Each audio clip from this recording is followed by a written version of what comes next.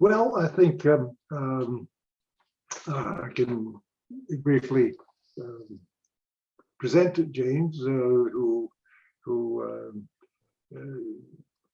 is well known, but perhaps not as well known by everybody who's not working in the, particularly in English or American narratology. Now, James Phelan is a distinguished professor of English at the Ohio State University, where he also is involved in or directs, I think, the narrative project, which is one of the major centers for narrative theory in the world. He's received many honors. I won't even begin to list them, except, well, that he was a recent recipient of the Wayne C. Booth Lifetime Award. Okay, many others received that. Well, George Net and Tsvetan Todorov are colleagues from the crowd. Now, James has spearheaded the rhetorical narratology, and this goes back to Wayne C. Booth's The Rhetoric of Fiction, 1960. Now, James has published many fine essays and books, and some of them translated into various languages, particularly in China. Chinese narratology is drawn a lot from rhetorical narratology. I just want to mention a few titles. 1996, Narrative as Rhetoric, Technique, Audiences, Ethics, Ideology. 1989, Reading People, Reading Plots, Character Progression and Interpretation of Narrative. And recently, there's been put online to open access, which many of you might be interested in, Debating Rhetorical Narratology on the Synthetic, Mimetic, and Thematic Aspects of Narrativity. That's available online. So at that point, I'd like to leave the microphone to James, or Jim, as his friends know him. Okay, well, thank you very much, Jack, and thank you all for coming. I look forward to presenting this kind of work in progress, which is, I suppose, like most of the things I do, a part of this larger thing about trying to think about what does it mean to take seriously, and what are the consequences if we say that we can think of narrative as rhetoric, conceive of narrative as rhetoric. What does that mean? And to some degree, that's been my project as a researcher, thinking about that. So let me share my screen and see where to go.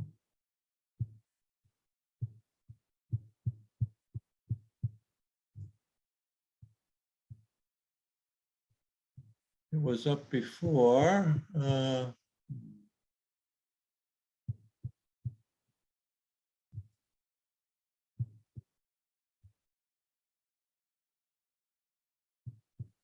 So, Mike, can you help? Wait just a second, yeah. Must be further down here. Here we go. Okay. Sorry about that.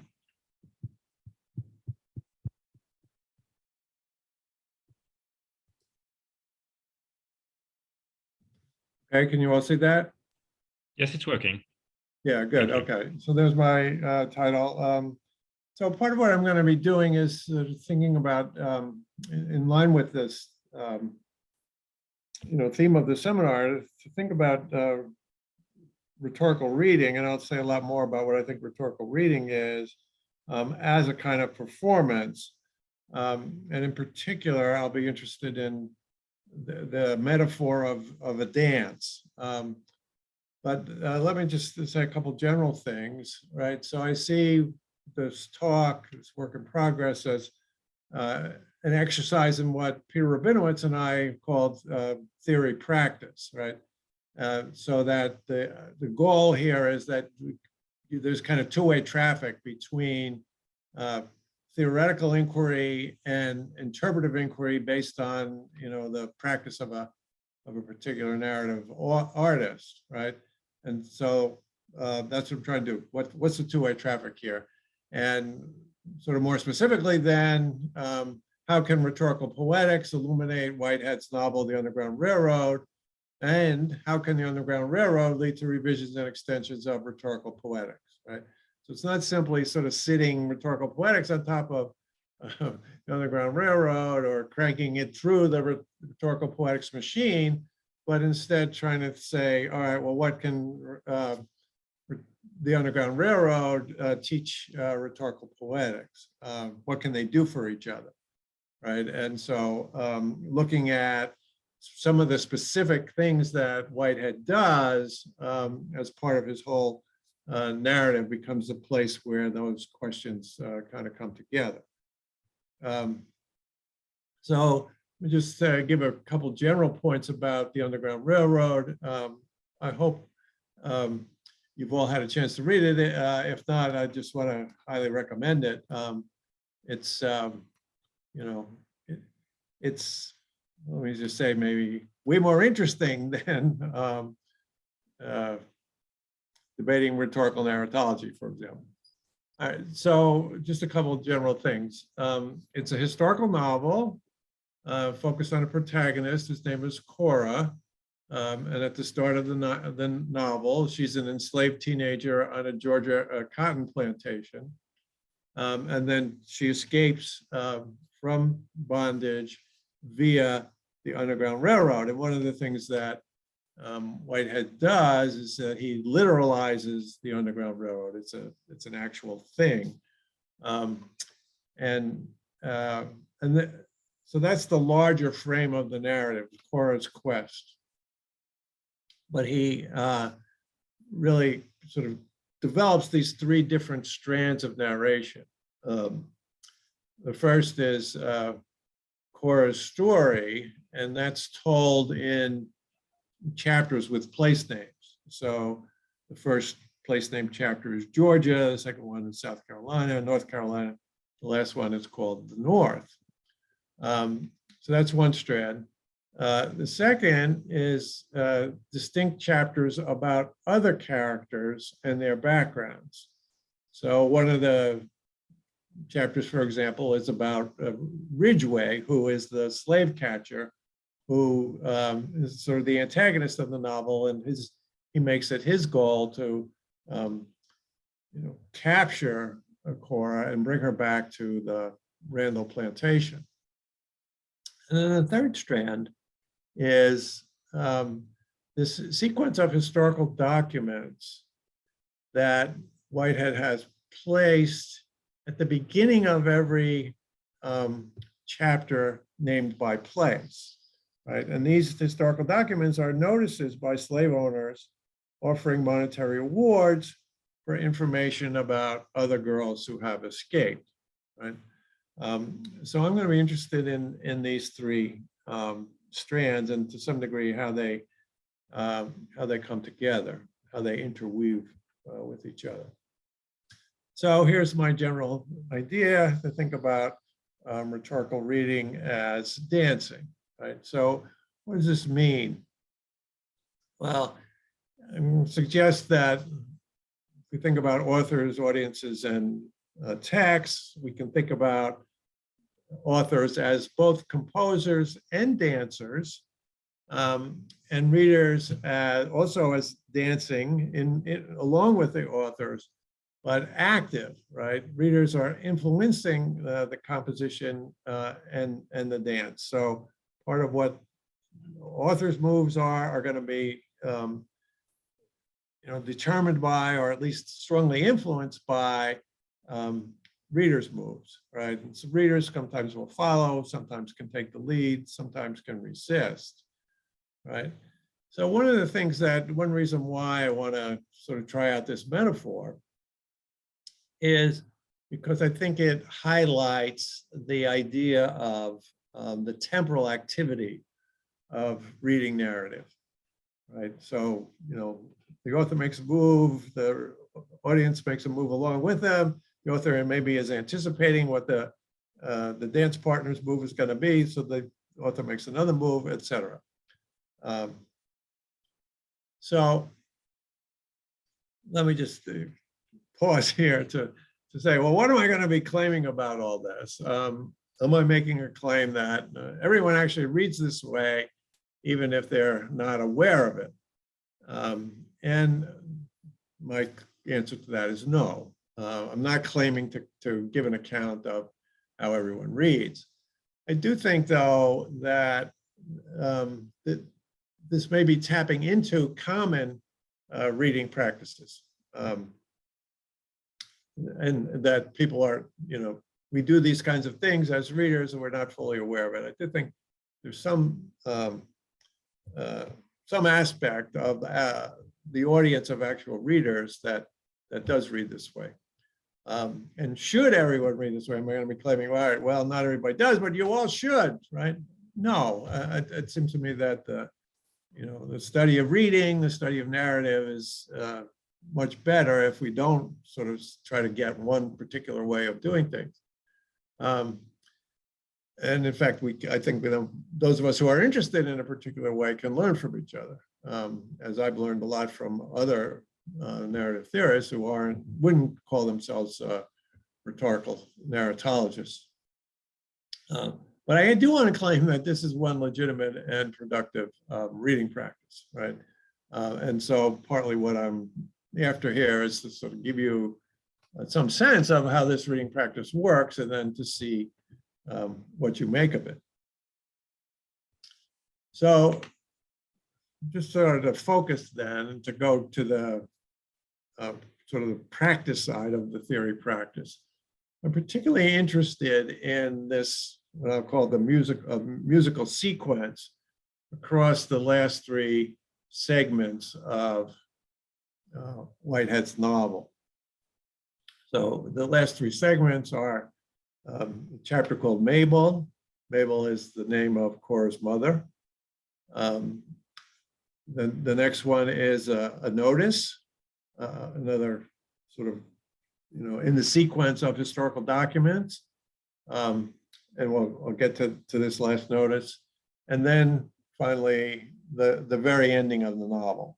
So what's going on in these last three segments? All right, so here's what they are. You can get a sense of what Whitehead is doing, or at least what the music is in the text, right? So the Mabel chapter basically gives us the backstory of Mabel, what happens to Cora's mother, who has escaped. But Cora doesn't know what happened to her. Ridgway has been charged with trying to find her, bring her back. He's never succeeded. That has consequences for his investment in succeeding in bringing Cora back to the plantation. Right? So here, the narrator tells us about what happens to Cora, to Mabel rather. Right? So she escapes. She gets into this swamp that's not too far from the plantation, and we get these passages. On the bed of damp earth, Mabel's breath slowed, and that which separated herself from the swamp disappeared. She was free. This moment, she had to go back. The girl would understand that there was something beyond the plantation, past all that she knew. She could have made it farther, but she stumbled on. Then what happens is she starts back, she gets bitten by a snake, and the poison starts to enter her body, and she can feel it. She could have made it farther, but She stumbled onto a bed of soft moss, and it felt right. She said, "Here," and the swamp swallowed her up. So then here's the last notice. At the beginning of the last chapter called The North, right? We get the title page of the chapter, then we get this notice. Ran away from her legal but not rightful master. 15 months passed. A girl called Cora, ordinary height and dark brown complexion, with a star-shaped mark on her temple from an injury, possessed of a spirited nature and devious method, possibly answering to the name Bessie. She has stopped running. Reward remains unclaimed. She was never property. And we have the date, December 23rd. And then we have the very ending of North, which is also the very ending of the novel, right? And Cora has actually defeated Ridgeway. She's taken the railroad to the last stop, come out, and starting to look around, and she joins someone else in a wagon. And there's this meeting. She says, "I was in Georgia, I ran away." The interlocutor says, "I go by Ollie." Cora has gotten in the wagon, put a blanket around herself, and we have this final narration. The blanket was thick and raspy under her chin, but she didn't mind. She wondered where he'd escaped from, how bad it was, and how far he traveled. And that's the end. So I'm particularly interested in, all right, well, what kind of dancing is going on as we go from the pre-Mabel thing to the Mabel chapter, to the notice, to this ending. Well, in order to answer those questions, I'm going to talk a little bit more about this whole way of thinking of narrative and how reading / dancing fits in. So start with this rhetorical definition, somebody telling somebody else on some occasion and for some purposes that something happened. Now, I don't think of this as the Platonic ideal of all definitions of narrative. Rather, it's one that orients the person who's using the definition in a particular way. One of the things it does is to suggest that narrative is not just a structure, but it's also an action, right? Telling somebody for some purposes, right? That orients us to the idea of narrative as a way of knowing and a way of doing, right? And of doing things in the world, right? So the reason why we tell stories is not one reason, but on a particular occasion, there'll be certain kinds of motivations, certain kinds of purposes, right?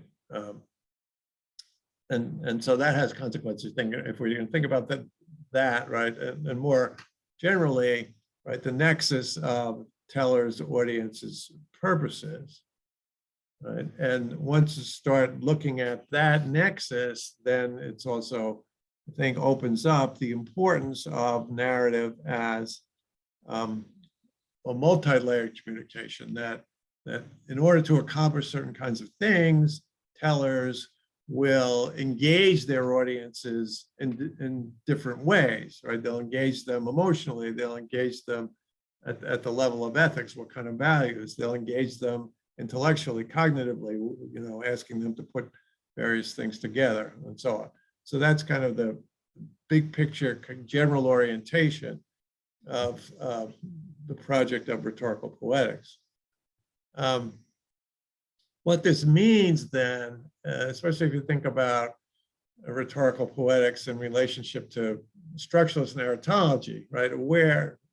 I'd say this with a great awareness that a lot's happened since Jeanette and Barth and so on, Seymour Chapman in the United States, were developing a kind of structuralist narratology. right, was built on, it seems to me, on the story discourse distinction, on the idea that if we could think about narrative as a what and narrative as a how, and think about the component parts, right, we could develop this grammar of the structure of narrative. How does it work, right? So rhetorical poetics says, well, let's shift that, right? Rather than focusing on texts and structures, let's focus more on authors and audiences, and this nexus of authors, audiences, and purposes, which leads to my idea that we can think about authors, resources, and audiences, and we can think about, as I was saying before with the metaphor of dance, authors and audiences influencing each other. So just to, spell it out a little bit more, in this model, what's constant in narrative communication are tellers and audiences, authors and audiences, and what's variable are the resources, right? The things that we think of as core concepts of narrative, right? Character, plot, focalization, time, space, narrators, etc. Right? And the idea is that in any given narrative, these variables will be used in some ways rather than others, because the teller will find the need for certain resources more compelling as a way to accomplish a purpose, right? So for example, in the dialogue novel, narrators kind of drop away, right? They do very little, right? But character-character dialogue carries it, right? So that becomes a kind of major resource.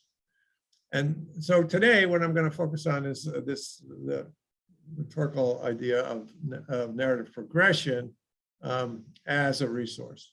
How is Whitehead using narrative progression, those three strands, the culmination of those three strands, and the sequence at the end? That's going to be my focus within this bigger frame of rhetorical poetics. And I think one of the things that it does, and one of the things why it's a resource worth paying attention to, again, it in addition to sort of orienting us to think about narrative as unfolding in time, it also allows us to think about what's the experience like, right? What is the life that we're living while we're reading and following the progression, right? A lot of what we do, and I think it's a good thing, and it's important, and I'll do just a little bit of it, is sort of read and then apply, right? We think about, all right, what's the meaning? What is this, what are the thematics? What's being communicated about history, et cetera, et cetera. But what this does is sort of slows down and says, all right, yes, all that's really important, but let's think about the process by which we get there. Okay. So going to talk a little bit about the constants, authors and audiences. So the author is the agent responsible for why the text is the way it is and not some other way, right? As most of you probably know, right, there's been a lot of discussion about authors in narratology. There's a long debate that started with Wayne Booth's coining of the term implied author in the rhetoric of fiction back, 61 years ago. I'm less concerned about those terms, right, than I am about the idea that there's authorial agency being exercised in narrative communication. So whether you want to call it the implied author, the inferred author, the actual author, I'm suggesting today the dancing author, that seems to me incidental to thinking rhetorically. The larger point is that authors are the agents responsible for construction of the text. Okay. But then audiences, right? Rhetorical theory is ultimately interested in actual readers, right? What's it like to follow the progression, for example, right? But in fiction, narrative fiction, rhetorical theory also thinks about two roles that actual readers can take on. The first one maybe is more clearly a role, which is that of the narrative audience, right? So the narrative audience is the audience that believes in the characters and events in a fiction as actual, right? So Cora, the narrative audience, is going to respond to Cora and her quest as if Cora were a historical figure, right? Now, this narrative audience, right, which I think then we can think of on the basis of that idea of the response, we can think of the narrative audience as an observer position within the story world that actual audiences can take up, right? On another occasion, I've used the metaphor borrowed from J.K. Rowling in the Harry Potter series of an invisibility cloak. So the actual audience kind of dons an invisibility cloak and takes a position in the story world, the world of the fiction, from which they can see what are not seen. Right? If that metaphor is helpful, great. If it's not, I don't really care. I mean, it's trying to be a heuristic to clarify the concept.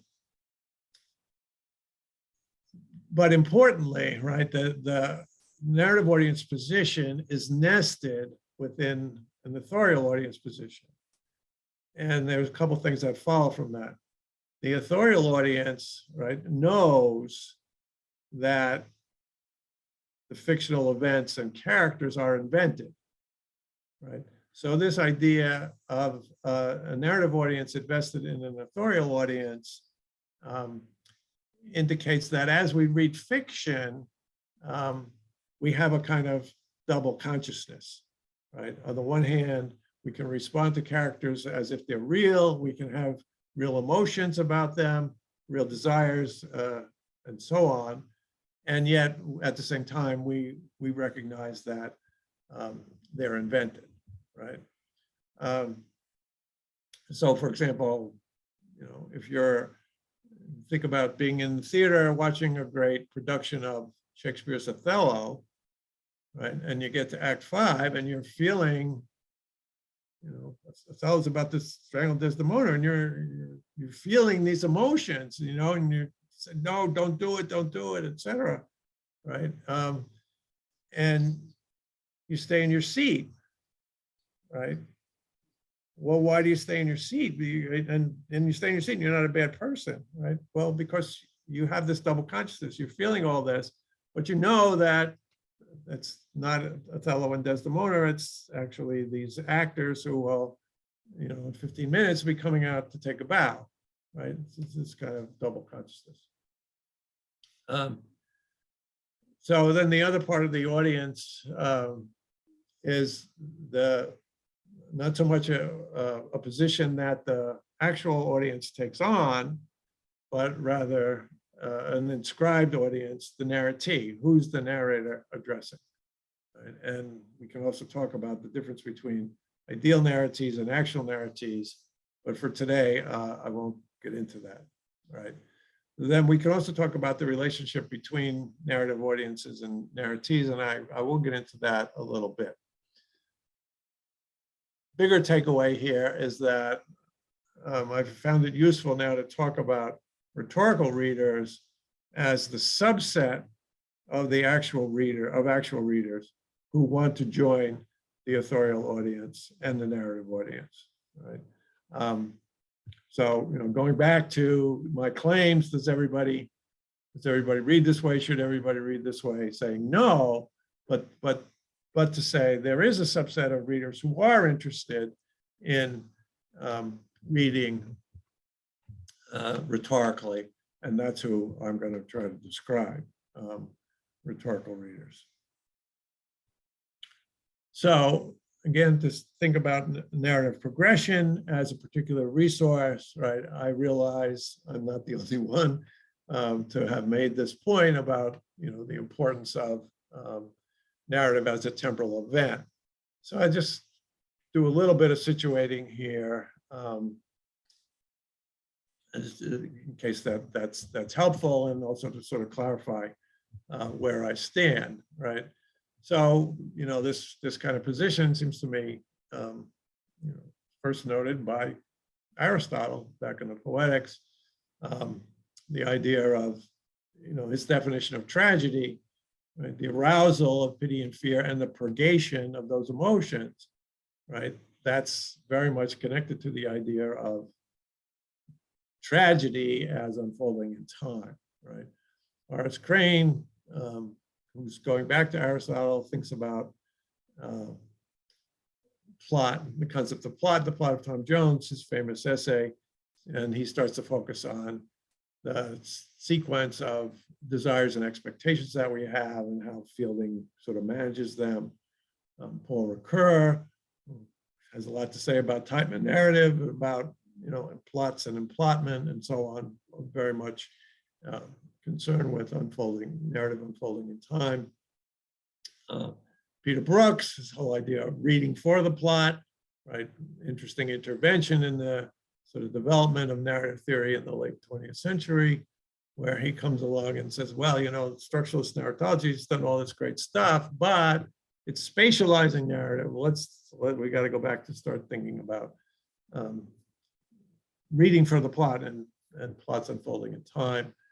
Mayer Sternberg famously talks about telling in time and highlights his ideas of curiosity, suspense, and surprise as key things in narrative movement.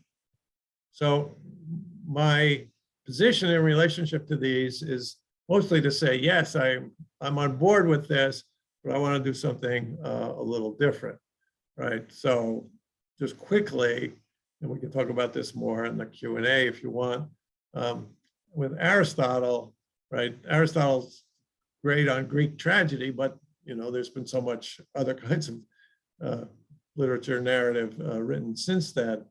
But I think there's something important about Aristotle's method, which is, if you read the Poetics carefully, a lot of what he's doing, he makes these sort of asides about, well, this is what works on the stage, right? And I think what he's doing is a kind of reverse engineering. So he's experienced what it's like to be in the audience, and he's observed himself and others, and then he's had these experiences, and then he's trying to reason back from those experiences to their causes, right? And that leads him to his definition of tragedy, that leads him to his hierarchy of elements and so on, why plot is the most important, etc. So I think Aristotle's method is particularly important, and there's a way in which I see rhetorical poetics as still working with that method. So my interest in what I'm calling the musical sequence at the end of the Underground Railroad very much follows from my sense of something happening in my experience, and as I go through each move in that sequence. Okay, so I think Crane and Ricoeur have really valuable work to do, but it seems to me they are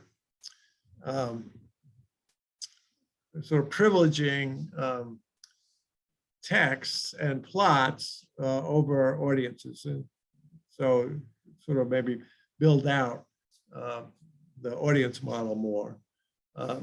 And Peter Brooks, there's a lot to like with him, but it also seems to me his work raises the question about whether we need to go to psychoanalysis to talk properly about narrative progression. There are other problems with it having to do with the way in which he takes Freud, and feminist narrative theorists have had a lot to push back there. Sternberg seems to me maybe the most compatible. And so here I want to say a big yes to him, but also to say, yeah, there's more than curiosity, suspense, and surprise. Okay. So having said that about the others, here's lay out a little bit more about what I'm doing, or trying to do, right? So think about progression as unfolding along two main tracks, a track of textual dynamics and a track of readerly dynamics. So, and textual dynamics has two parts, plot dynamics and narratorial dynamics. But basically with textual dynamics, what I'm interested in is the idea that there is a kind of internal logic to the movement of a narrative. And it will, narrative will generate its own movement. And I'll talk more about that, but that's it. So there's the internal movement, and then there's the readerly dynamics, which have to do with the way in which an audience in this case of rhetorical readers, right, responds to the textual dynamics. Right? And so, and those responses are multi-layered, right? Again, emotional responses, ethical responses, cognitive responses, thinking about, configuring and all these activities. And I want to suggest that the developments in one track, right, textual dynamics and readerly dynamics affect those in the others, right? I think it's pretty straightforward with the idea that textual dynamics is going to influence readerly dynamics. But I also want to say that readerly dynamics influence textual dynamics. That's why the arrows in the author's resources audiences model go both ways. So just a simple example, if we think about surprise endings, right? The teller's interest in keeping the audience surprised, right? Bringing about this effect of surprise has consequences for the way in which they're going to handle the textual dynamics. Right? You can't give it away, right? And so on. Another example, maybe bigger example, is going back to Aristotle when he talks about probable impossibilities, right? And he says, okay, impossibilities are to be avoided, but probable impossibilities, we can be sort of more forgiving of them. Well, why, right? And my answer is because probable impossibilities show the intersection of readerly dynamics and textual dynamics and readerly dynamics influencing textual dynamics. So Homer's example, Aristotle's example is in the Iliad when Hector and Achilles have this one-on-one thing, one-on-one battle. And, Aristotle says, well, this would be impossible because it violates the laws of engagement for Greek armies. They wouldn't do one-on-one, the soldiers wouldn't stand to the side, etc. But it's a probable impossibility because the progression, in my account, the progression of the Iliad sort of leads to the expectation and the desire for Hector and Achilles to face off, right? And it works, right? So anyway, the larger point here is that progression really is a synthesis of these two tracks, the textual dynamics and the readerly dynamics. So get a little bit more fine-grained here, but still staying with the general model, talk about, and going back to the idea of rhetorical reading as dancing. So what are the authorial dance steps? Well, we can think about a general frame and then some macro steps and some mid-level steps and some micro steps, right? And at the general level, the overarching idea is that all of the authorial steps will be influenced by purposes and presence of audiences, just as I was saying. At the macro level, I think we could see an author trying to work within the grooves of genre, and can do variations within those grooves, as I think Whitehead does. Also, that as they're doing this, they're imitating, they're ideating, and they're fashioning, or the terms I've used, there's a mimetic component of construction, a thematic component of construction, and a synthetic component of construction. So the mimetic has to do with the imitating, the relationship of the narrative, either in fiction or nonfiction, but to stay with fiction for now, having to do with comparisons between the actual world and the fictional world. The thematic having to do with the ethical, political, ideological significance of the plot, the characters, and so on. And the synthetic having to do with the overall construction. Okay, what I call the fashioning. So that's at the macro level. We have these kinds of general interests, and authors are working at this level: genres, mimetic, thematic, synthetic construction. Then the mid-level, constructing the textual dynamics and the readerly dynamics. Let me just say a little bit more about those. So as textual dynamics have these two parts: plot dynamics and narratorial dynamics. So the plot dynamics I talk about in terms of the introduction of a global instability, which sets the narrative in motion. You can think about any play that any narrative that you want. This idea of some kind of initial disruption, and then complication of that, and then some movement toward a resolution, even if the resolution is only partial. So then the other part of the textual dynamics are the narratorial dynamics. This has to do with the unfolding relationships among author and narrator, character dialogues, narratees, narrative audience, authorial audience. And that these textual dynamics, plot dynamics and narratorial dynamics also influence each other. But again, for the purposes of clarity, you could say with plot dynamics, the movement is generated by instability, complications, etc. At the level of narratorial dynamics, movement is generated by what I call tensions, right? So tensions arising from kind of unequal knowledge, differential values or beliefs between authors, narrators, and audiences. So going back to my interest in the Mabel chapter,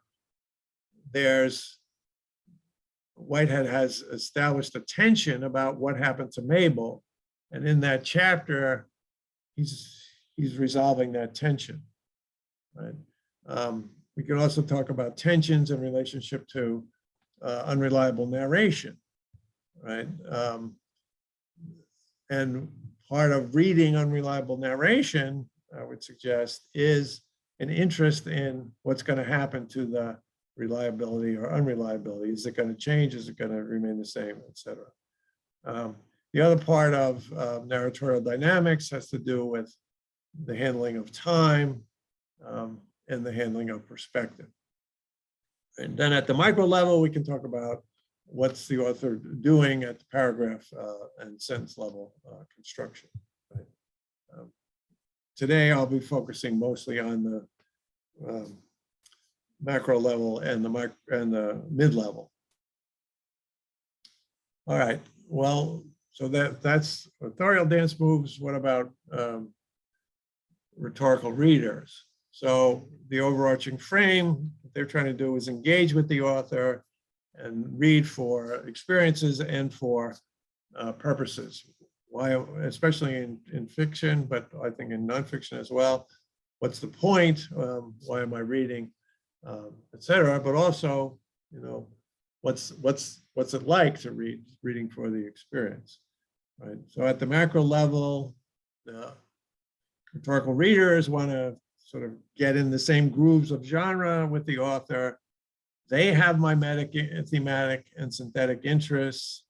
You know, my interest in Cora as a possible person, my interest in Cora as a representative of, you know, enslaved people and their quest for freedom. My synthetic interest in, well, how is Whitehead putting all these three strands of the narrative together, etc. And I'm also, as I have these interests, I develop affective, ethical, and cognitive responses, and these two unfold and get complicated. So, and these especially develop as I pay attention as a reader to the mid-level moves in response to the mid-level moves of the author. So, you know, how am I responding to the instabilities and tensions? Also, what influences might I be having on those developments? And so the micro level similarly responding at that level. But you know, even though I'm not going to talk a lot about the micro level, I do want to say that it's really important, and there's, you know, the very texture of the progression and that experience, what it's like to be reading, has a lot to do with what happens sentence by sentence. Okay, so that's the general model. Now let me turn back to Whitehead and start to work through some of what I see him doing. So at the macro level, right, the grooves of genre, it seems to me he's working with the genre of the historical novel, but he's also trying to innovate with that genre. And one of the ways in which he's innovating, one of which you can think about what he's doing at the macro level, is through this concept of speculative realism. It's a term coined by Ramon Saldivar, actually in relationship to sort of what's happening after postmodernism. He talks about actually Colson Whitehead's earlier novel, The Intuitionist, as a kind of example. And the basic idea is that after postmodernism, there's been both a kind of continuation of postmodernism's interest in the construction of worlds, right, and the ontological dominant that Brian McHale talks about, and in a kind of return to realism, and we get this sort of hybrid of speculative realism. And it seems to me that that's a good sort of macro level way to think about what Whitehead is doing, and then within that speculative realism, he's working specifically with the genre of the historical novel. So, you know, what are some of the things that stand out? Well, you know, in this standard historical novel, what the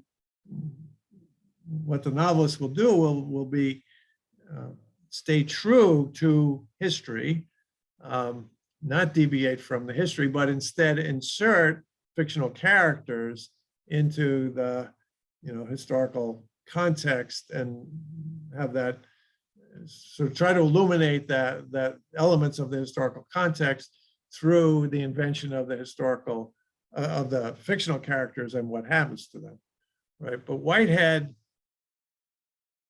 deviates from that by being historically inaccurate. And the big thing is that the first big thing that he does is he makes the Underground Railroad a literal railroad, right? Rather than this sort of network of people, that was all above ground. You have an actual material railroad, tracks, cars, etc. He also introduces anachronisms, right? In his 2 chapters on Carolinas, and so you have Georgia, the first place chapter, Cora on the plantation. She escapes via the actual Underground Railroad, the literal Underground Railroad. First stop is South Carolina, and the next stop is North Carolina. Well, in South Carolina, we have skyscrapers, we have the Tuskegee experiment going on, and so on. And there are other things in the North Carolina chapter that aren't historically accurate. So what's he doing, right?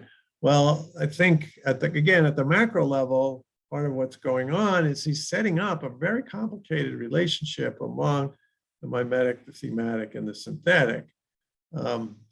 He does ask us to invest, emotionally in Cora and her efforts to escape. But he's also really doing a lot to sort of get us to thematize what Cora's experiences, the context in which he's doing that. And he's also calling attention to his own acts of construction here. I'll talk a little bit more about them as I go. So the larger point here is that at the macro level, there's already a lot happening. So at the mid-level, right, this goes back to some of what I was saying before, but in terms of the three threads. But here I want to focus a little bit on Cora and her relationship to her grandmother and her mother, right? Because the plot dynamics really are about Cora and her quest, and the contextualization of Cora's quest in relationship to Agere, her grandmother, and Mabel, her mother.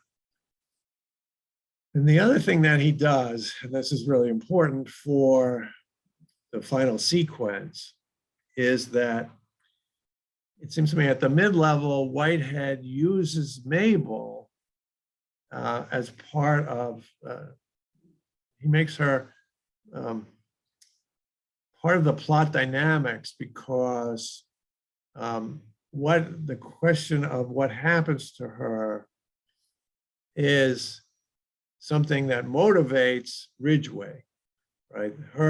Ridgway's inability to capture Mabel adds to his motivation for capturing Cora, right? So the Mabel's there sort of complicating the instability as part of the plot dynamics.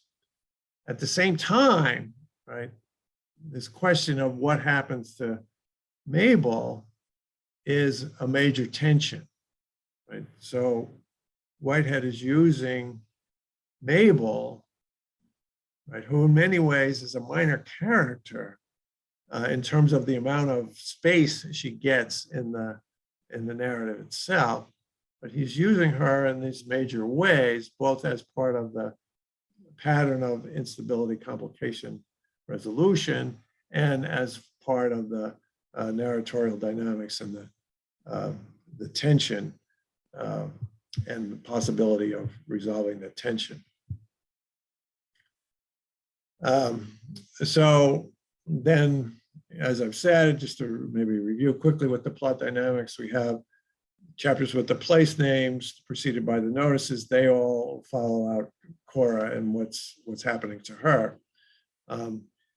the chapters with characters' names, they add context and texture, right? So if you look at the table of contents, we start with a character chapter with a character, and then every other one is also a character chapter. So Agere, Cora's grandmother; Ridgway, the slave catcher; Stevens, a doctor that she meets in South Carolina; Ethel, a woman who is sheltering her in North Carolina kind of unhappily; Caesar, her travel companion, and Mabel. So they all get their chapters, right? And in each of those chapters, there's really nothing told which directly affects the pattern of instability, complication, and resolution.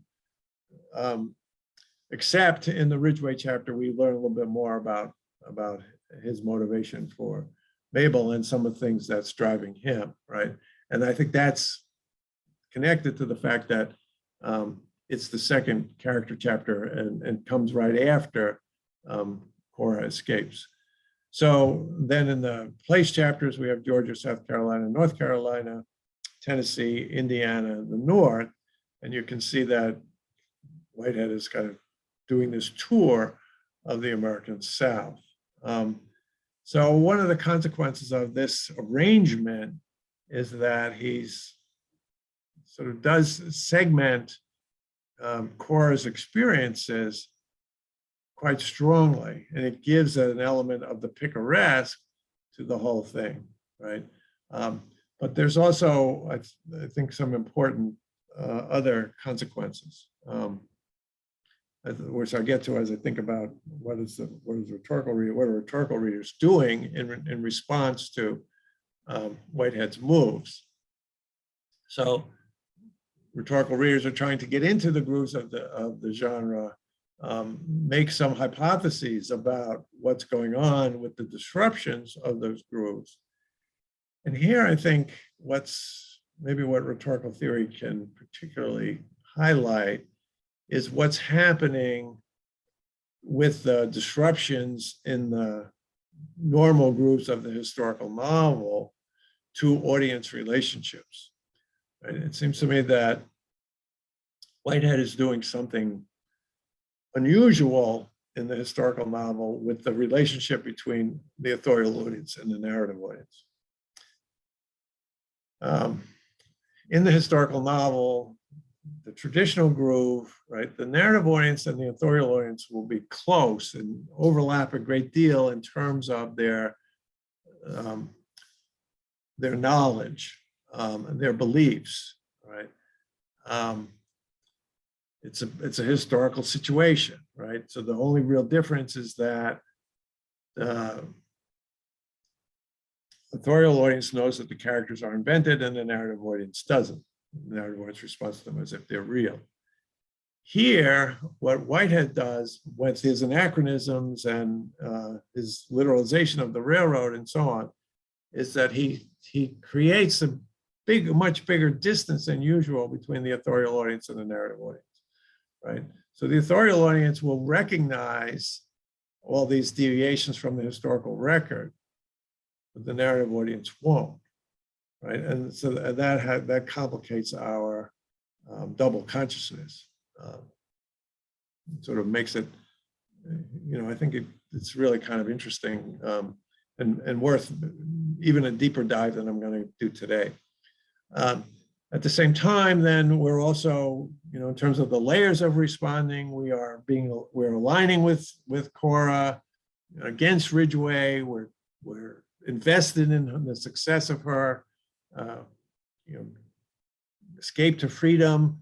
We're invested in her finding out what happened to her mother, et cetera. And we have all kinds of, emotions connected with that.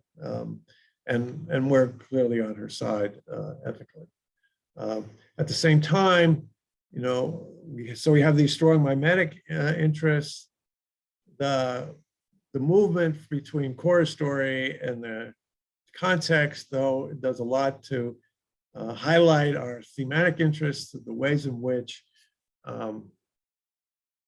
Whitehead is trying to thematize her experience and thematize that context. And we also have synthetic interests in sort of, well, how is he doing this, and what's going on with this,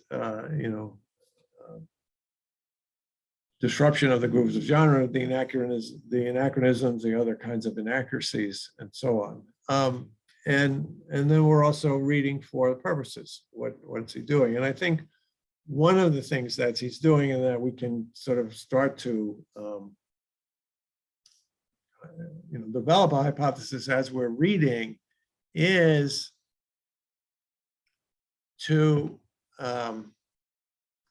recognize that what's going on, especially with the anachronisms, is a thematization of slavery and a new kind of historical claim being made via the invention of anachronism. And that's, yes, the novel is set in the 1850s, but by taking things from the 20th century, like eugenics, like the Tuskegee experiment, and importing them into the 1850s, Whitehead is making a point about the continuing effects of slavery. That if there's a way in which the legal represents, the legal emancipation, the Emancipation Proclamation of 1865, right? Has not ended slavery, and the ideology of slavery, and the way in which it affects the experiences of Black people in the United States, right? Okay. So I'm gonna maybe do this quickly because I want to get back to the sequence at the end. But here, just to sort of say, how does it start? Right? And there's something really quite remarkable, I think, that happens in the very first chapter, the agere chapter. Right? So the first sentence of the novel is, the first time Caesar approached Cora about running north, she said no. Right? The next sentence in the new paragraph is, this was her grandmother talking. Then we get a whole backstory about agere and her experience with the slave trade and so on, how she got to the Randall plantation and why she never wanted to leave, right? After that, the end of the first chapter, the narrator comes back and says, 3 weeks later, Cora said yes. This time it was her mother talking, right?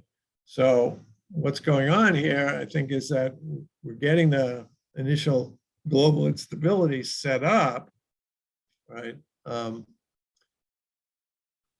Cora deciding to say yes to escape, right? And that's then leading us to the sense of, okay, well, what's going to happen? What are the complications, right? But we get there, not there right there in the first sentence, but only at the end of the chapter, after we have the story of agere, which is a set of kind of mini narrative of instabilities, complications, and resolution, right?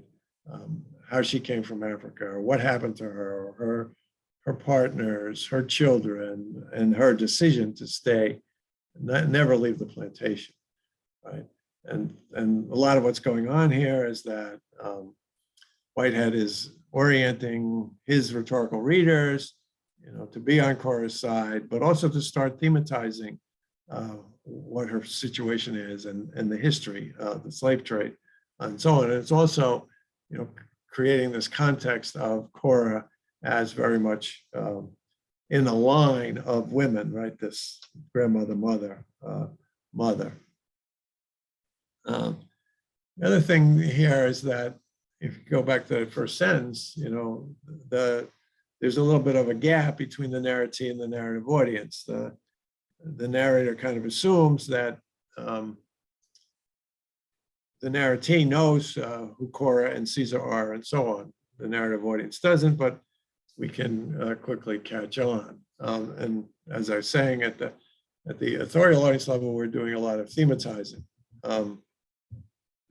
We're also being introduced to Whitehead's narrator and the way in which that narrator, the way in which Whitehead handles voice and vision.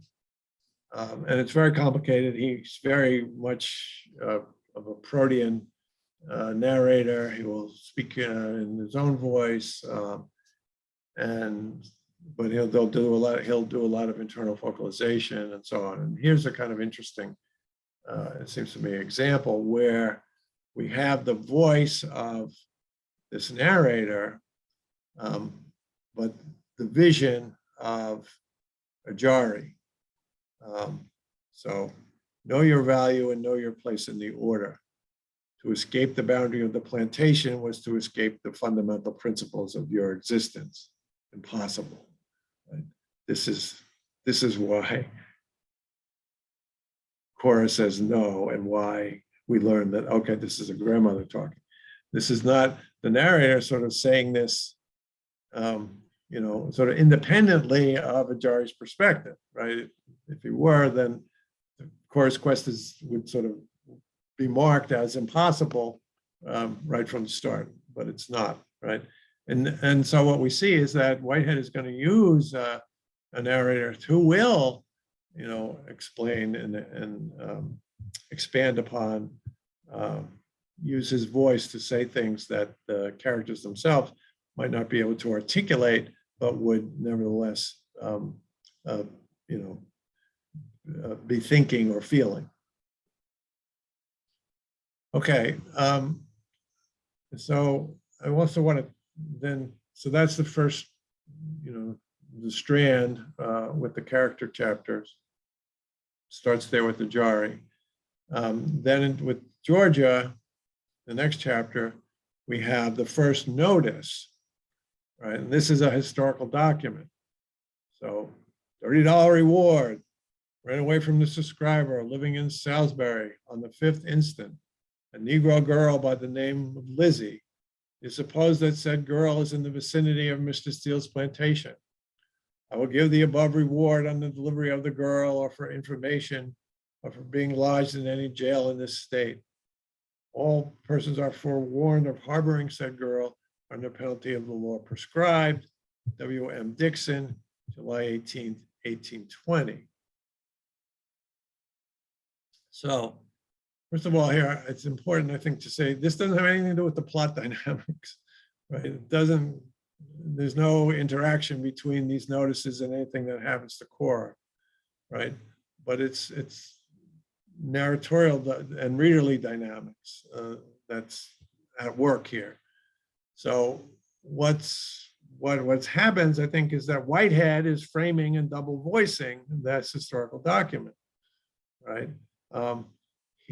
He's not standing behind the voice of this writer of this document and endorsing it, but rather, double voicing it in the way in which Bakhtin talks about double voicing.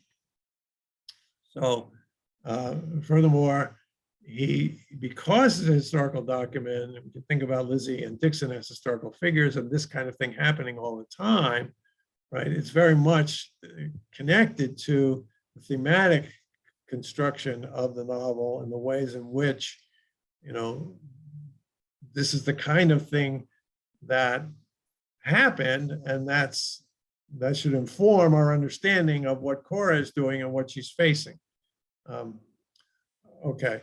At the same time, right, I think the double voicing exposes the ideology of slavery, the presuppositions in that notice about ownership, about the law being on the side, right, the warning at the end, and that this is, this trade, this exchange You give me information about my property, I will give you money, the $30 reward.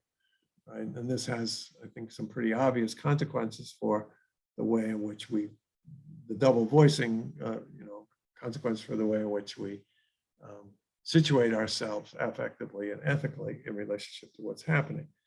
And at the same time, at the synthetic level, it's initiating the pattern, right? Which will continue. So in the Georgia chapter, we get the initial complication of the instability, right? And we also get a little bit of backstory.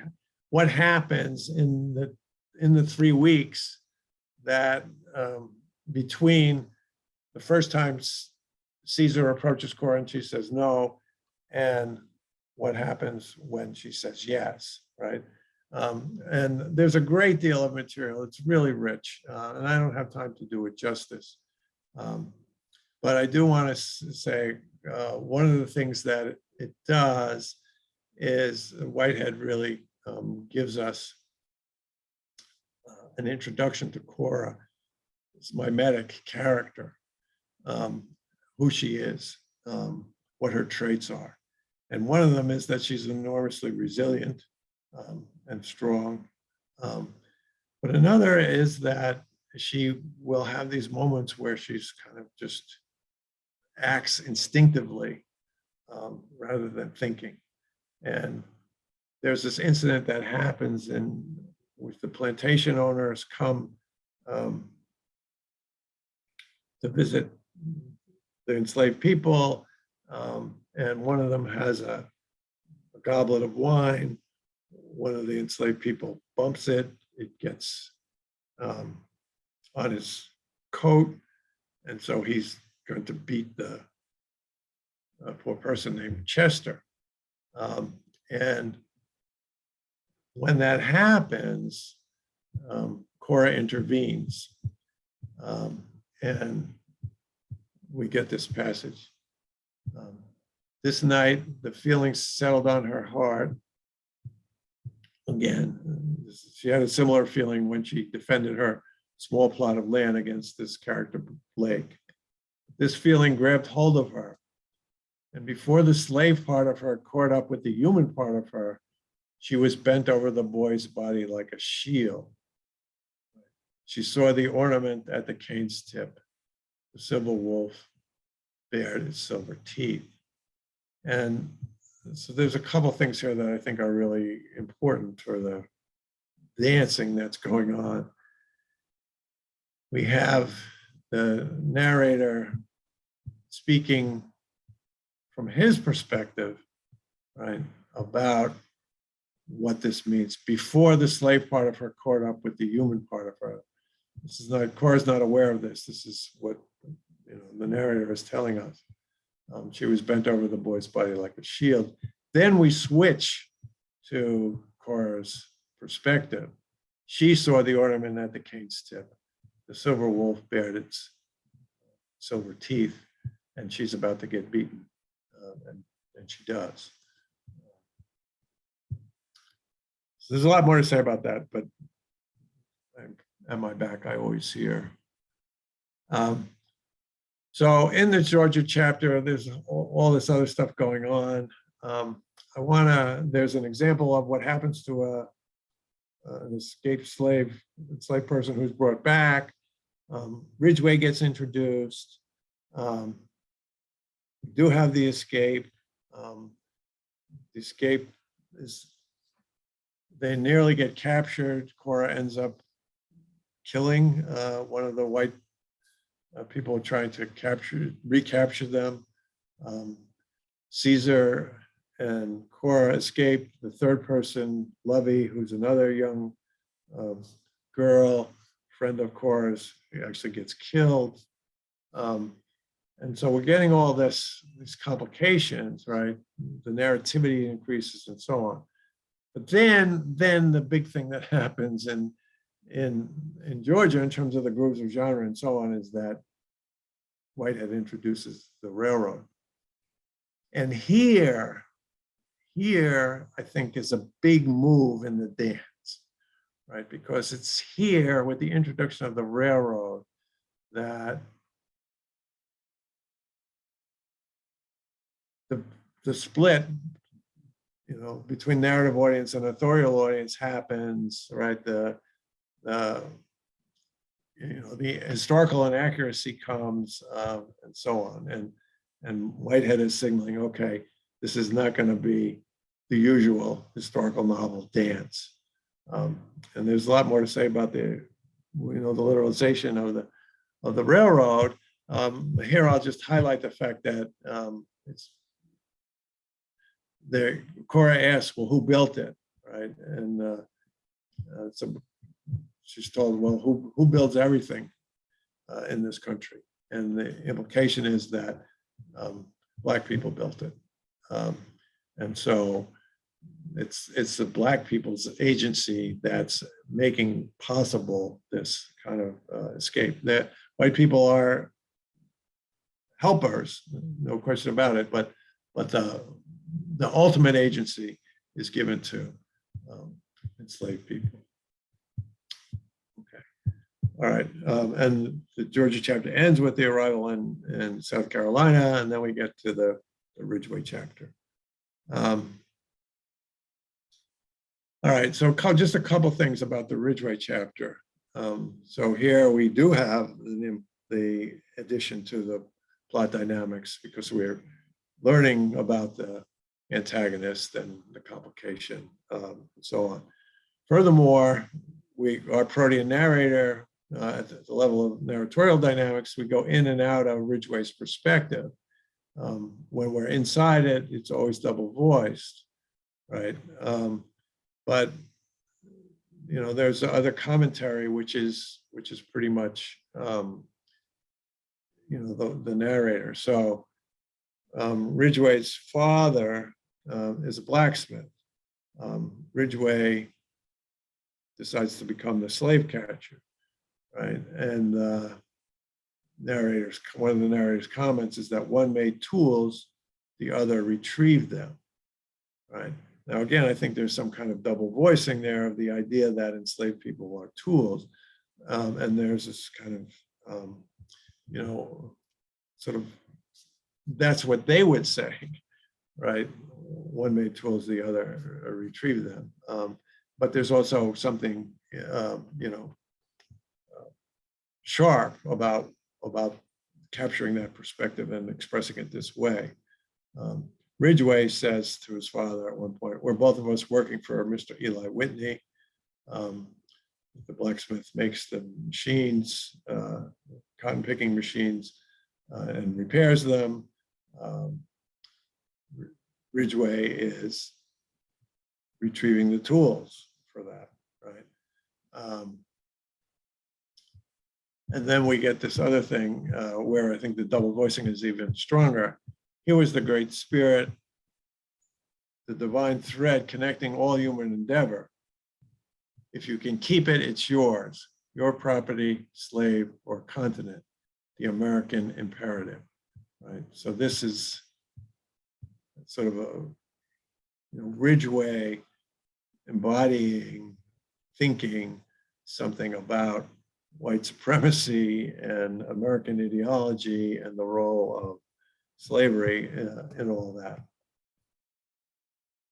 Okay, and then at the end of the chapter, we get some information about Ridgway and Mabel, which reinforces both the instability and the tension. Mabel's disappearance nagged at him longer than it should have, buzzing in the stronghold of his mind. And then we get this sense that he's aware that the Underground Railroad has come further than he thought, and he resolves to destroy the Underground Railroad. So adding a whole lot to the plot dynamics. Okay, just want to talk briefly about South Carolina because this is the next chapter, and then I'll get back to the sequence at the end. In South Carolina, this is really where, so at the end of the Georgia chapter with the Underground Railroad, we have the first sort of split in the grooves of genre. South Carolina that expands with the anachronisms and other inaccuracies. One consequence of that is that even as we're following Cora, the thematic and the synthetic dimensions of the narrative become more and more prominent, right? So as I was saying before, some of these things, the eugenics, the Tuskegee experiment, so on, part of the point, I think, as we're reading as rhetorical readers, what's the purpose? To see these atrocities as an extension of the institution of slavery. Also in this chapter, we have Cora asking after Mabel. She's in a school, and the school is has various records and so on, so she asks. But she doesn't find any information. But we do get this passage in which we have her thinking about her. Cora, how Cora hated her, Mabel. Miss Lucy never did find her mother's name in the files. If Cora, she would have walked up to Mabel and knocked her flat. If she had Cora, if she were ever to find her, right, she would walk up to her and knock her flat, right? So one of the interesting things here, I think, is that we're learning a lot about Cora and her feelings, right? But I don't think we're fully aligned with Cora because of the tension. We don't know what happens to Mabel, right? The other thing that happens in the South Carolina chapter is this, Cora works in this Museum of Natural Wonders, which is a kind of, sanitized history. And I think Whitehead is setting up a kind of meta commentary here. I'm doing a history, here's another history, let's think about the relationship between them and so on. But I want to get to the musical sequence. So here again, just to remind you, in the Mabel chapter, we find out, right? So she was free this moment. She has her moment of freedom. She decides to go back. One of the things she wants to do when she goes back is to tell Cora, right, about her moment of freedom. And so the girl would understand that there was something beyond the plantation. She gets bitten by the snake. She could have made it farther, but she stumbled onto a bed of soft moss and it felt right. She said, here, and the swamp swallowed her up.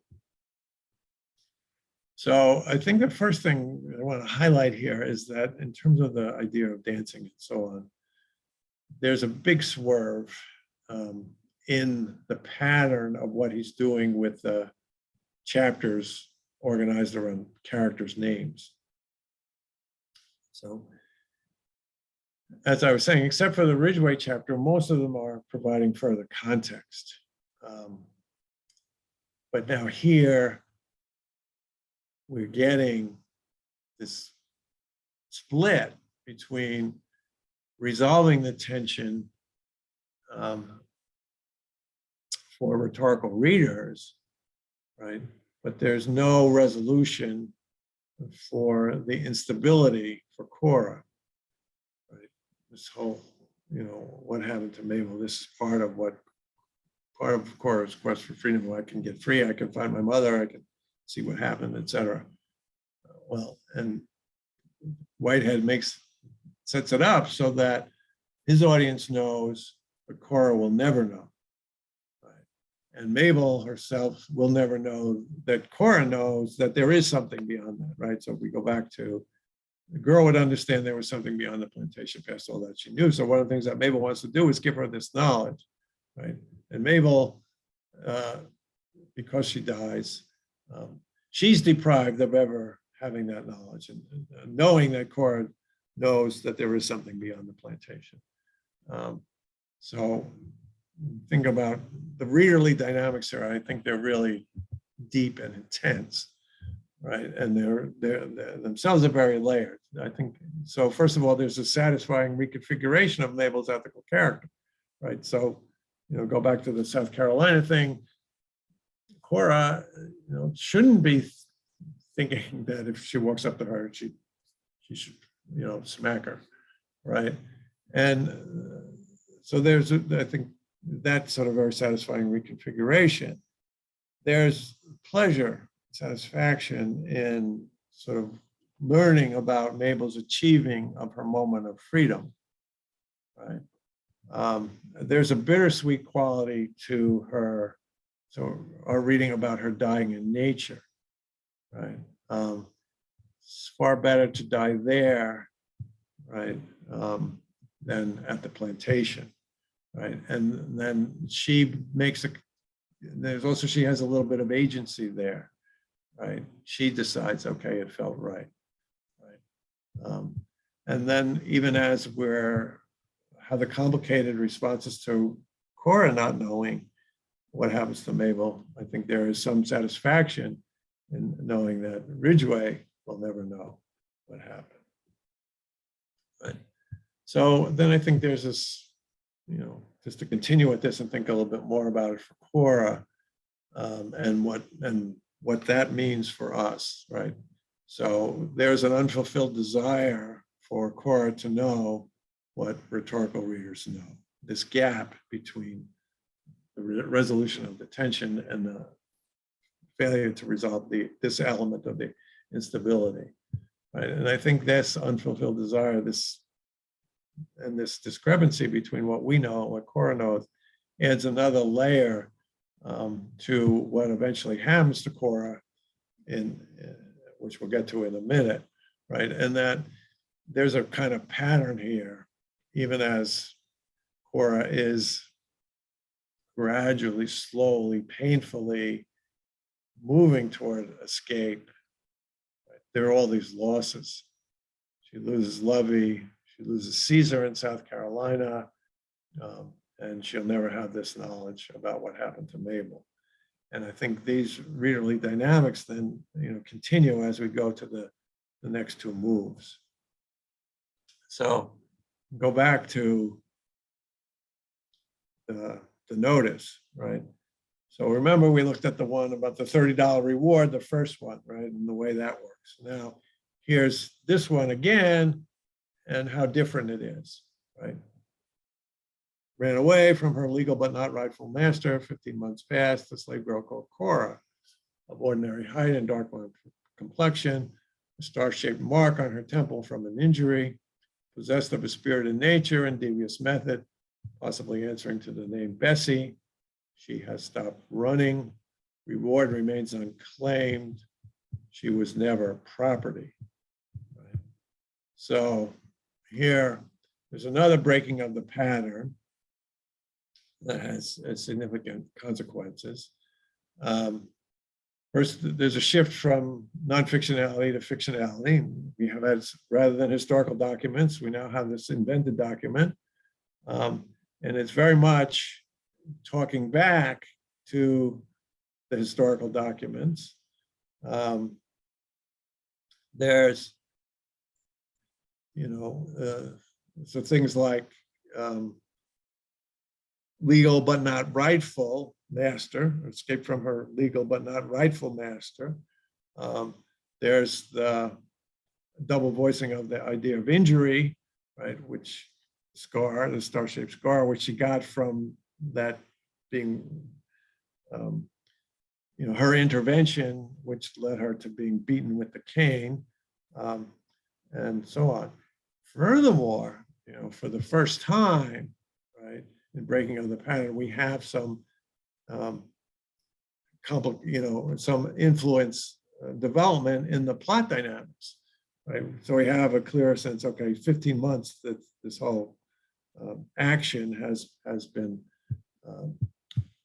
taken 15 months, but also this idea that she has stopped running, right? We didn't know that, right? She's been captured at the end of the Indiana chapter by Ridgway, but now we're getting some kind of resolution, and it's in this whole new place. So we can think about, again, some of the responses in the readerly dynamics. What are we doing in response to the breaking of the pattern? Here, I think there's an affective pleasure in the review, of course, experiences in this way, right? We have this further highlighting of her character, her spirited nature and so-called devious method. This really strong response to the idea that she stopped running. The thematic points about Cora as representative, right? So what we've already seen in terms of the linking of the historical documents to Cora now becomes even stronger. We have other kinds of thematics, the statement of legal but not rightful. And finally here we have, I think, Whitehead speaking in his own voice, right? She was never property. Right? Remember the first one we have the W.M. Dixon. We have a specific date. Here we have no name and no date, right? And this is Whitehead. So there's a big break in the pattern. We recognize this, and it has all these kinds of consequences. So then we come back to the ending of the North. I was in Georgia. I ran away. I go by Ollie. The blanket was thick and raspy under her chin, but she didn't mind. She wondered where he'd escaped from, how bad it was, and how far he'd traveled. So how does this sort of complete the sequence? Well, we are getting a kind of partial resolution of the plot dynamics. Cora has escaped on the Underground Railroad. She's met up with this man. She has,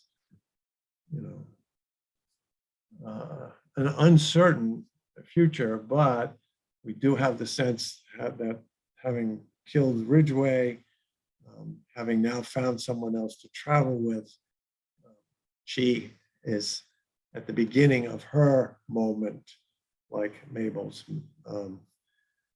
Right. There's also a kind of, I think, muted farewell. The story will continue, but I'm going to leave you as storyteller, right, with this description of Cora on the wagon, and then we can think about reconfiguration and thematizing the whole narrative and thinking of the sort of remarkable synthetic construction that Whitehead has made. Okay, so coming back and starting to wind up. All right, so what about the theory practice? I think what Whitehead, I hope what rhetorical poetics do is sort of illuminate the way in which Whitehead manages this progression in this sort of remarkable way.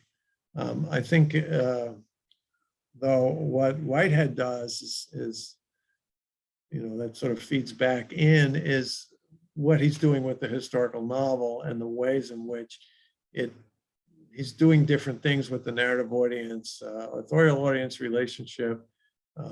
He's teaching us about speculative realism and about the way in which speculative realism really does engage in this kind of simultaneous foregrounding of the mimetic, the thematic, and the synthetic. Traditional realism would keep the synthetic sort of in the background and focus on the mimetic thematics. But what Whitehead does is, I think he makes them all prominent and creates all kinds of interesting interactions between them. Okay, so that's the big picture of what I want to say about the dancing. So what happens after the dance? Well, in rhetorical poetics, right? I think there's a couple of other things that we want to do, and that is assess and then do other things, which I'm calling springboarding, right? So my assessment, I want to celebrate Whitehead as a dance partner. I think this is the life I live while I'm reading this and while I'm working on it. Seems to me to be challenging and rewarding and educational in all kinds of ways. But at the same time, there's a recognition that other critics, other readers might not have that same kind of experience. There's an interesting essay by a woman named Stephanie Lee, who criticizes the novel for a variety of things and says, basically, Whitehead is pandering to his audience, and this is why it's successful, that the happy ending is, implausible. Many other things are implausible. Criticizes the railroad, etc. It's a pretty strong indictment. I don't agree. So it would be interesting to have a conversation with her about those things, right? And this is something else that's very much, I think, should be part of rhetorical reading. After you do the work of trying to understand, then you move into assessing or overstanding. But even more than that, there's the idea of takeaways and making connections, sort of springboarding, right? So, what is reading or Underground Railroad? What kind of relevance does it have beyond the life lived while reading? What relevance does it have for the life I've lived, going forward, right? So in here, I think there's lots of things, and different readers will do different things with it, but it seems to me that having lived with it, it can be the basis for my connection with other things, Black Lives Matter movement, contemporary discourses about race in the United States, all this, terrible backlash against what's called critical race theory, so on. Other kinds of things open up, a dialogue with other historical novels about the experience of slave people, especially Beloved, some of which Whitehead invites, but also I think gives us a chance to go beyond what's sort of built into the explicit aspects of Whitehead's novel. So just to end up by saying, okay, I see all this as work or dancing in progress. And now, thank you for listening to all that, and looking forward to talking. I will stop sharing.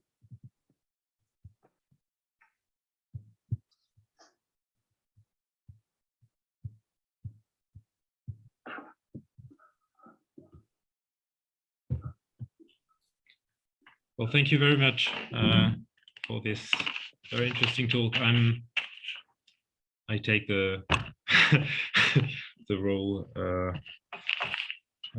talking because I thought John would answer to you, but I don't know if you're ready to do that, John.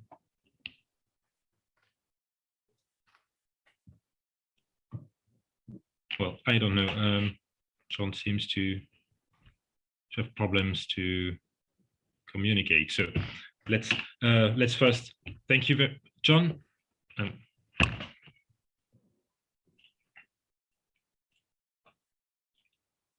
John, on ne t'entend pas en fait.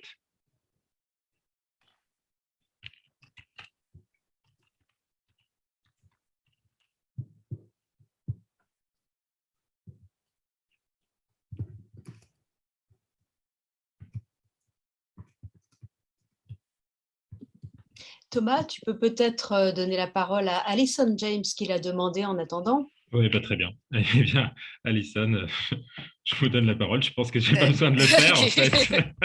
Anne vient de le faire. Merci. Yes, well, thank you, Jim, for this really rich talk, and thank you for choosing this example. I think this talk really clarified for me some of the things that Whitehead is doing in that novel. I guess I had a methodological question about how we access sort of reader responses to text, because I think, what you're proposing is a kind of, introspective approach in a way to our own responses, which I think, that is kind of a valid form of evidence for how the reading process works. But one thing I've been seeing more and more in kind of critical articles is attempts to kind of gather other kinds of empirical evidence, right, for how readers respond, like going to Goodreads or, you know, online forums or podcasts, to see how different kinds of readers respond to text. Like, you know, you touched on different responses to the novel among critics toward the end, but this strikes me as particularly interesting for this kind of text, where I can imagine there might be very divergent responses to something like the literalization of the Underground Railroad, right, as these kinds of counterfactual elements, and then it might be really interesting to just kind of gather you know, gather different kinds of responses to that. So I guess that's my question about, you know, how to access reader responses. You know, I wonder whether, you know, the rhetorical reader becomes a kind of figure of the ideal reader as well, in the kind of way you presented that group. So yeah, I'll let you. Yeah, no, that's great, and I think really important. So a couple thoughts first. One is that in terms of the model itself, there is the idea of an authorial audience. It does sort of set up the idea of getting things or not, right? But the idea in terms of the relationship between the sort of the introspection and the kinds of claims, right? I talk about a feedback loop among reader response, textual phenomena, and authorial agency, right? So any kind of initial reader response I have is itself just a starting point. It's not necessarily a conclusion, right? So the question then would be, well, why am I responding that way? What are the sources of that in the textual phenomena and in the way in which the author is using them? And so therefore, I can be corrected, right? I may be wrong in my initial response. And so in that sense, I would want to say that it's possible to at least construct plausible hypotheses about reading in the authorial audience, right? But there are hypotheses and they're subject to correction. So that's just a kind of clarification, I hope, about how the introspection works and how it's related to other kinds of claim.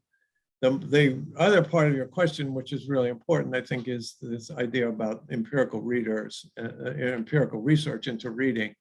And I think it's very valuable.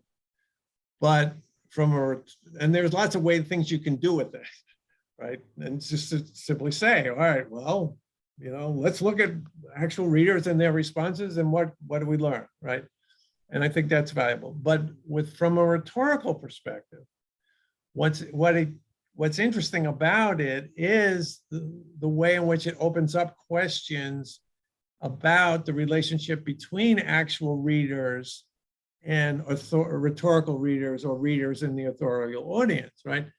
So I know that a lot of actual readers of the Underground Railroad don't know that the Underground Railroad wasn't an actual railroad, right? Right. And they don't know that there weren't skyscrapers in South Carolina in the 1850s, et cetera, right? So from the perspective of rhetorical poetics, what's interesting about that is the way in which Whitehead is, depending on how you want to talk about it, taking risks, right? He doesn't call attention to the fact that he's deviating from the historical record in these ways, right? He's, you know, and he's saying, I am expecting my target audience to recognize these things, and I'm willing to run the risks of actual readers not getting this, right? And so one thing to say is that, well, you know, he's willing to run that risk because even readers who don't get it, don't recognize it, are still going to get a lot of what he's after in terms of the institution of slavery and the effects of slavery and how, you know, this continues, et cetera, right? So that's sort of a first pass at an answer. Yeah, thank you. Yes, my microphone is working again. Can you hear me? Yes. Yes. Okay, good. I think Jalal has a question. Yes, thank you very much for this excellent presentation. I have a small question about dynamism. When you talk about dynamism and different level of writing and dynamism of reading, like macro and micro levels, when you talk about this dynamism, you talk about many, I think you are talking about several theories, several Talking approaches. about what? Many approaches, several theories, like Okay, yeah. theory of action, like theory of discourse, like semiotic theories, like sociological theories. There are a lot of theories. As a beginner researcher, as a doctorand like me, I find myself in front of a huge number of theories and approach. My question is, what advice can be given to anyone who want to engage in a specific theory, and how can I, as a beginner researcher, prepare the theoretical framework for my thesis, for example? Yeah. Thank you Good. very much. Yeah, it's a big question, and it's one I think that we all face at different points in our career, especially as we're starting to learn about theoretical approaches. So let me try two answers. The first is to ask yourself, what kind of knowledge do you want to try to construct, contribute to, et cetera, in terms of your research, right? What is it that you want to know about literature, whatever your objects of study are, right? And then what are the methods that exist for, contributing, for helping you to answer those questions, right? And then how are you going to think about which ones are most amenable to what you want to know, which ones are going to be dominant, which ones will be subordinate, how might you integrate things, how might some things be left to the side, et cetera, right? And so ultimately, I think there is this question or activity of being clear about what you're after, and then sort of using that clarity as a way to integrate things, right? So for example, in rhetorical poetics, right, I've learned so much from Jeanette, right? But what I try to do with Jeanette is sort of say, all right, well, let's think about Jeanette on time, right? So order, duration, and frequency. I think Jeanette's taught me so much, but I think I can go a little bit further and build on him by saying, all right, well, what are the, textual and readerly dynamics that follow from the way in which this author is using order, duration, and frequency, right? Or with Bakhtin, right? I was talking today about his idea of double voicing, right? Well, Bakhtin's got this whole theory of the novel, which is fascinating, right? But one of the things that it does is it says that, well, the novel is ultimately this, play of language, of many languages, of sociolects and so on, right?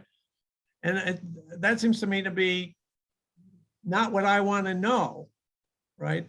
What I want to know is, how does the novel sort of use character and action more than language, right? Language is subordinate to that.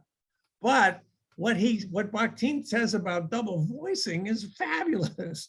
And it really gives me insight into narratorial dynamics. So I'm not going all the way with Bakhtin, right? But Bakhtin is really, great for what I want to do. So it's that kind of activity, I think that we sort of all have to engage in, right? And then there's other things that seem to me to be, not very helpful or so radically different, from what I'm interested in, right? So I'm interested in authors, right? So all that intentional fallacy stuff, no, I'm not going there, right? I want to be aware of it. I want to say, all right, well, why? How do I talk about that in a way? What are they? But also, instead of just saying no, it's also like, well, what's motivating? What's behind that? And how does that inform the way I articulate my position in relationship to being interested in authors?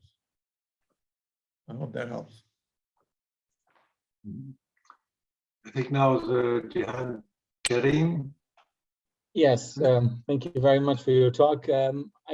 Following up what you just discussed, what you just said, I have a question regarding the double voicing again and the employment and the thematization in this specific text. And my question is, would it be correct to say that the authorial agency, or let's just call it for sake of clarity, the implied author is addressing authorial audiences in plural?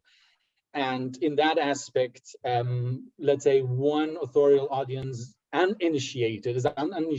unaware of this dynamics of double voicing by the implied author, and for the sake of the historical records that you just said, would take the novel as it is, a historical novel, reporting something that happened in 1850 and how it was with slavery. At the same time, another authorial audience, let's call it initiated authorial audience, who is aware of this double play, who is aware of this double voicing, and is actually taking this thematization to be something more than a historical novel, to actually re-import it to 21st century, and as you mentioned, like this is a 21st century thing written, but importing it to 1850s. Now this time the initiated authorial audience would understand it and say that, okay, this is something else more than that, and is actually explaining that what happened there is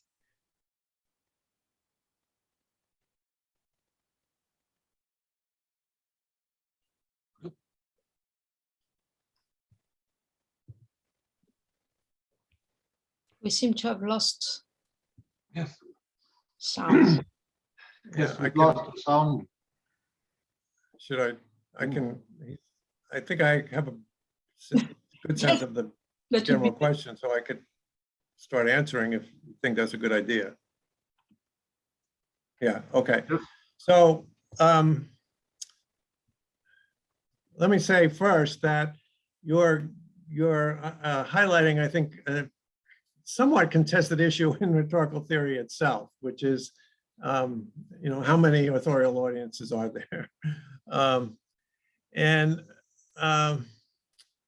I would say, the idea of multiplying authorial audiences can be valuable in certain cases, and I'm open to the idea that this is one. But if you think about sort of children's literature as an example, where children's literature that will have a kind of double track of, communication for the children and communication for adults who will be reading to the children, who will recognize things that the children don't, right? You can think of Peter Pan or any kind of examples that right? So you could, I'm okay with saying that there's multiple authorial audiences. Nevertheless, I want to say, well, what's the relationship between those two audiences, right? So I would say that what you're calling, right, the informed or initiated authorial audience, I'm not sure I got the term right, but that subsumes the other authorial audience, right? So that the adult authorial audience of the children's literature recognizes that there's two audiences, right? So to really accurately describe the authorial audience, you say that it has this awareness of another audience, right? Peter Rabinowitz, whom I've collaborated with many times and talked about rhetorical theory for years and years, wrote an essay about Nella Larson's novel Passing, in which he talked about two authorial audiences, one which focuses on the fact of racial passing, and another one which recognizes that there's racial passing and then passing about sexuality, and that the lesbian relationship, lesbian undertones, and that's part of what's passing there, right? And so when Peter wrote this essay and he sent it to Narrative, I said, well, yeah, okay, but why make it two authorial audiences? Isn't the authorial audience is the one that recognizes both messages, right? Both kinds of passing, right? But Peter felt important to keep it that way, so I let him keep it that, so it's his essay, right? So, and I think it's important to have this out there to discuss. But, my position really is to sort of say, well, yeah, you can have this, but the audiences are related to each other, and it's possible to describe that relationship. And when we do that, when we get to that level of description, that's when we're getting to the authorial audience. One quick thing, it also raises this other question about what does it mean to be, are there degrees of membership in the authorial audience? And there I would say yes, because again, ultimately we're interested in actual readers, and the actual readers trying to take on the role of the authorial audience. And can you get some of it and not get others? And I think yes, and I think that happens all the time, right? So another metaphor, for what it's worth, is it's like being attending a concert, and where do you sit in the concert hall, right? If you're in the back, and you're behind a pole, you might not be as, taking in the concert as well as if you are, front and center. So I'll stop there.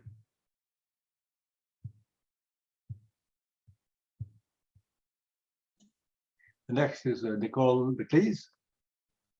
Thanks. It was really fun thinking through this idea of dancing in the novel, but I'm really surprised you didn't mention the moment when Ridgway has Mabel, or Cora dressed up as Mabel, when they're in the saloon or whatever it is. Can you say more about how you see dancing working in moments like that? I've been thinking about it as a counter narrative, but I like thinking about this as a kind of rhetorical dance. Yeah. I think that's a complicated episode. And I think, I think what I would do with it would be to sort of layer it and say, it's sort of very much in the direction that you're going, Nicole, which is to say that, okay, we're starting to, literalize the idea of dancing, or at least, the idea of dressing up, right? And there is this something different happening with Cora and Ridgway and their relationship there, which is itself part of this larger dancing that's going on between Whitehead and his audience. And so, yeah, I think that would be a very nice addition to what I was trying to say today. Thanks.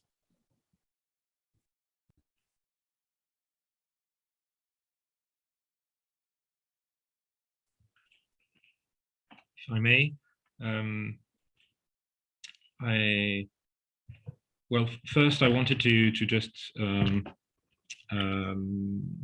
say that this talk is part of a series of talks in a seminar about performativity, and that's one of the many reasons we're hearing James Phelan today.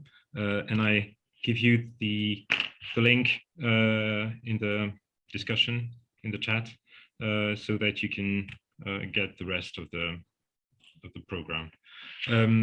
And I had also a real question and a real reaction besides my thanks earlier.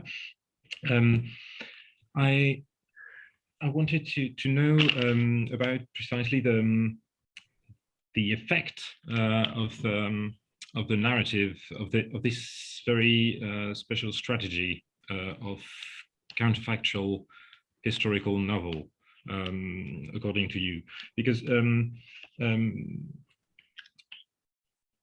you're very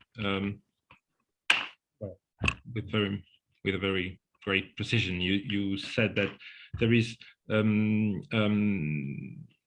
gain from this counterfactual stance, that is this foregrounding of the synthetic dimension of the novel. And so we're kind of guessing that it increases maybe trust in the narrator or in the author, because he does something very openly, and maybe he says precisely where he stands, ideologically speaking. And this kind of plan, there is the use of double voicing as an ideological stabilizer. From what you said, I think double voicing is not a creator of instability, but more of stability on the ideological level. But on the other side, some readers tend to see a problem in the lack of verisimilitude in the novel. So there's on the one hand, it's more credible, and on the other hand, it's less credible. So what maybe this more or less grid is not a good way of asking this question, but where does the novel stand in terms of its effect? Yeah. Well, if I'm following, a couple of things I want to say. So one of the things that Whitehead says, and talks about the novel and the construction of the novel, is that he's more interested in truth than in facts, right? And the idea is that, you know, he's using the sort of license of fiction to invent and to do the counterfactual and so on in the service of capturing some kind of truth about slavery and its consequences, right? And I'm sort of saying, for me, that works, and I think it works for lots of other readers. And the other thing I would say about it, and it's in connection with the idea of the synthetic, is it's also, and speculative realism and so on, is it seems to me that it sort of ties into a larger sort of discourse and understanding and set of issues about fiction and fictionality, right? What is it that we can gain by this kind of invention, right? This kind of playing fast and loose with the facts in the service of truth. And I think different readers are more or less willing to sort of give that license to authors, right? And some aren't. The particular critic and I'm one who is, right? Give that license and see what happens, right? And in this case, it seems to me like, okay, there is this kind of benefit. It's a very powerful novel and captures so much about the truth of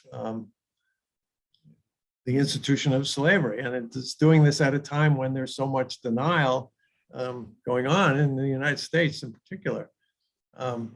So in that way, it becomes really important. The critic who is more negative isn't so much negative about the fact of the anachronism as about sort of what she sees as contradictions in the internal logic of the narrative. That for example, one of the things that Whitehead does is has Cora, she's sexually assaulted by other enslaved people, right? And well, why should that be there? And one of the things that Whitehead has said, and it's a plausible thing, I think you could say it, he gives other evidence of it in the novel, is that, well, the effects of trauma are visited on some people, and then they get passed on to others, right? And so we see the rapists as sort of themselves victims of this trauma, but perpetuating it, right, within the institution. But that doesn't happen to Cora, right? And so this critic feels like, oh, well, there's some kind of, a contradiction in the internal logic of the narrative. And similarly, the idea that Cora does get to this resolution at the end, where she is able to stop running and sort of light out for the territory in a way that echoes Huckleberry Finn. She finds that kind of implausible because of all the violence and so on, and the power of the institution and all that, right? So it's I think it's a well-reasoned position, but it seems to me that there are ways to respond to it. First of all, as far as the ending goes, part of what I was saying is that this ending is so qualified, right? And there are historical facts that people did escape, and so to tell the story of one, but to thematize it in a way that emphasizes all these horrors of the institution of slavery, that seems to be okay. Why is the trauma not visited upon Cora?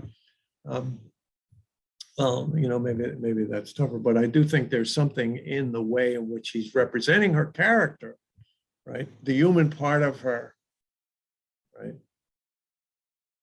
acted before the slave part of her took over, right? Will you accept that? If you won't, okay, then maybe the novel falls apart, right? But I will.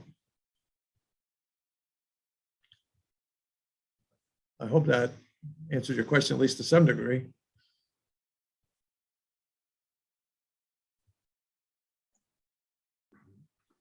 Well, are there any more questions or comments? No. Lindsay Well, I has a think- question. Jack, Lindsay has a Lindsay. question. Oh, okay, yes. Lindsay? Thanks, Jen. So as sort of a follow-up regarding the value of the synthetic, I wonder as well, when I think about the ways in which Whitehead is foregrounding the synthetic, I also linked that to some extent to Cora's trouble with navigating the arena of hope and faith.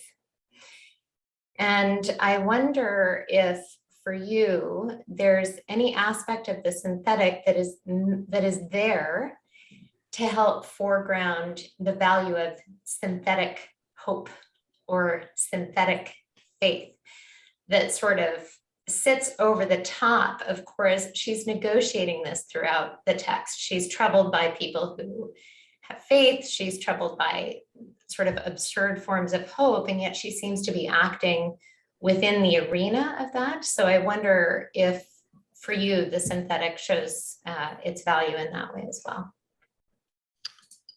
Yeah, I don't, I mean, I think this may be more a matter of terminology, because I agree about, this aspect of the novel being important, but I would see it more as part of the mimetic and the thematic, right? That this is Cora trying to negotiate this set of issues, in her life and in her quest, and as she's doing that, Whitehead is inviting us to think more broadly about hope and faith and how we negotiate them and so on, right?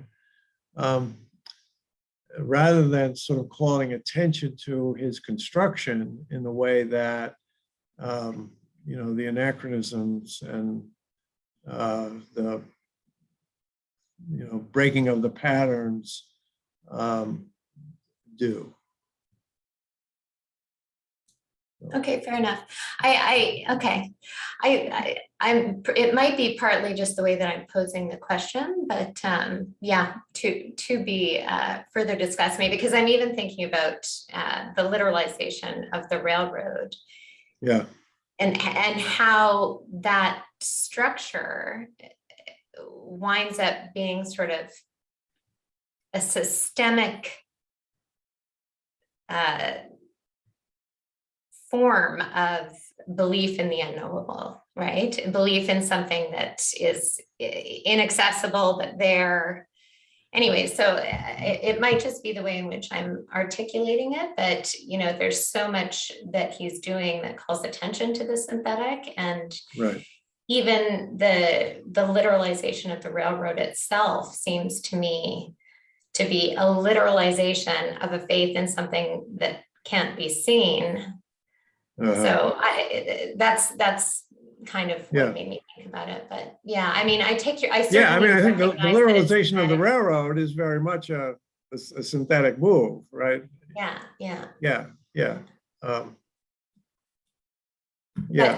So there where we agree, and I think I like the way you're talking about it, right? Something that can't be seen, but we make it literal. We see it, and that is a synthetic. Yeah, I would see that. Yeah. So to me, there was something about that enabled the synthetic to sort of bleed into the mimetic and the thematic approaches. But because we're sort of left with that, to me, that her waffling. Yeah. Thank you, Jim. Okay.